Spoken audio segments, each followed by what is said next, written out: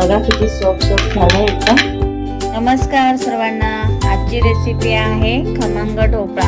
त्यासाठी लागणारं साहित्य, 1 वाटी बेसन घेतलंय, त्याच्यामध्ये मी चवीपुरतं मीठ टाकते, कलरसाठी हळद टाकते, थोडीशी टाकते हळद, जास्त टाकली तर एकदम लालसर होणार, आणि 4 चमच साखर टाकते। हे छोटे चमच आहे, ते 4 चमच टाकते साखर, अर्धा लिंबूचा रस आहे तो टाकते।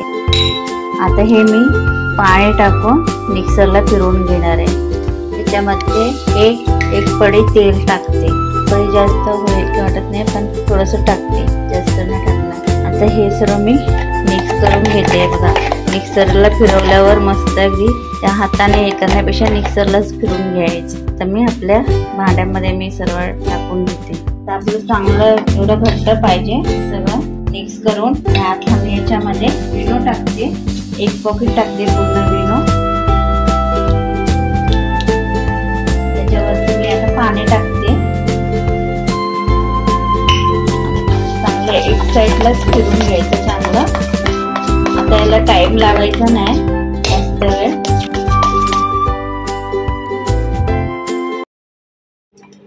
आता मी ह्याच्यामध्ये डायरेक्ट टाकते, कारण जास्त वेळ लावायचं नाही, विनो टाकलाय आपण त्याच्यामुळे, कारण आपण ओव्हन मध्ये करतोय त्यामुळे मी काचेच्या भांड्यामध्ये टाकले। रन मध्ये 2.5 मिनिटं ठेवली, 2.5 मिनिटानंतर मी बघणार आहे ढोकळा कसं झालाय। आता मी मिरची, कढीपत्ता, तीळ आणि राई सर्व टाकले मी। आता मी 1 ग्लास पाणी टाकते याच्यामध्ये, 1 कप बेसन होताना मग 1 ग्लास पाणी घेतलंय मी। जेवढं आपण मी घेतलंय बेसन तेवढं पाणी घ्यायचं। 4 चमच साखर टाकते, ते चांगलं उकळलं ना तर मी गॅस बंद करते आणि याला थंड व्हायला देते, आणि आपला लिंबूचा रस टाकते थोडासा, म्हणजे आपला अर्धा लिंबू चालेल। ढोकळा तयार झालेला आहे 3 मिनिटांमध्ये।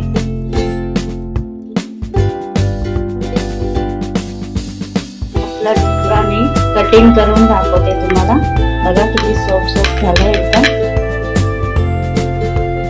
आता मी याच्यावरती आपला तडका बनवलाय तो टाकते।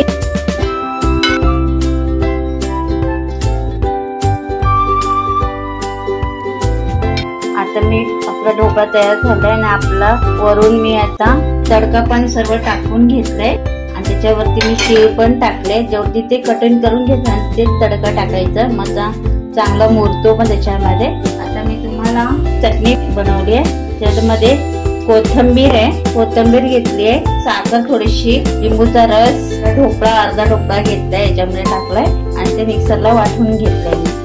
कसं वाटलं तुम्हाला आजचा ढोकळा रेसिपी?